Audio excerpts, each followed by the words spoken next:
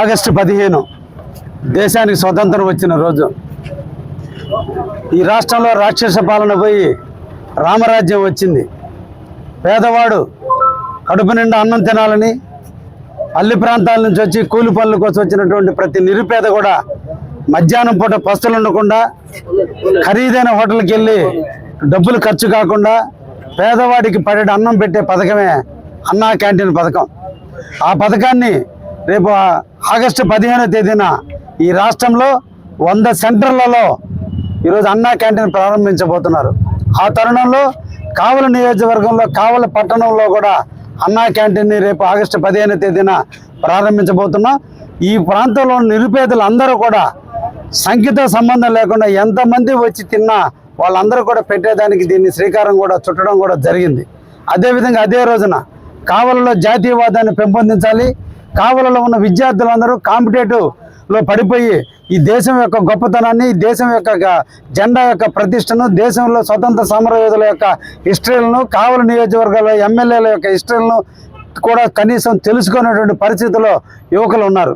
వాళ్ళందరూ కూడా కావలిలో ఉన్నటువంటి ఎమ్మెల్యేల యొక్క హిస్టరీ తెలపాలి. అదేవిధంగా జాతీయ నాయకుల యొక్క హిస్టరీ తెలపాలి.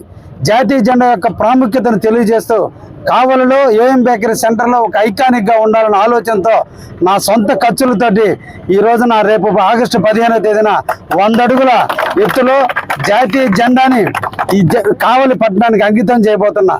కావలిలో ఉన్న ప్రజలందరూ కూడా స్వాగతించండి, జాతీయవాదాన్ని పెంచండి. మన బిడ్డలకి మన భారతదేశం యొక్క హిస్టరీని తెలపాల్సిన అవసరం ఉంది. మనం ఎలా పుట్టాం, మన పుట్టడానికి కారకులు ఎవరైనా మన తల్లిదండ్రులని, తాతల్ని, ముత్తాతల్ని మనం ఎలా గుర్తుపెట్టుకున్నామో ఈ దేశం ఎలా పుట్టింది. ఈ దేశంకి ఈరోజు మనం స్వేచ్ఛగా తిరుగుతున్నామంటే ఎంతోమంది త్యాగదనుల ఫలితం ఈరోజు మనం స్వేచ్ఛగా తిరుగుతున్నాం. మనం పీల్చే గాలి, మనం తాగే నీరు, మనం నడిచే భూమి అన్నీ కూడా మన పూర్వీకులు త్యాగాల ఫలితం ఈరోజుది. ఈ విషయాన్ని పిల్లలందరికీ తెలియజేయాలి, జాతీయవాదాన్ని పెంచాలి, దేశం భక్తిని పెంచాలనే ఆలోచనతో నేను తీసుకున్నటువంటి కార్యక్రమం. అందరూ ఆదరించండి, ఆహ్వానించండి, నన్ను స్వాగతం పలకండి. తప్పకుండా ఆగస్టు 15వ తేదీన కావలి అందరికీ కూడా ఒక పండుగ వాతావరణంలో పేదవాళ్ళకి ఒకటి అన్నం పెట్టే పథకం, 2 జాతీయవాదాన్ని పెంచే పథకం, మంచి కార్యక్రమాన్ని శ్రీకారం చుట్టాం. ప్రజలందరూ కూడా ఆశీర్వదించమని సందర్భంగా కోరుకుంటున్నా. ధన్యవాదాలు. Thank you.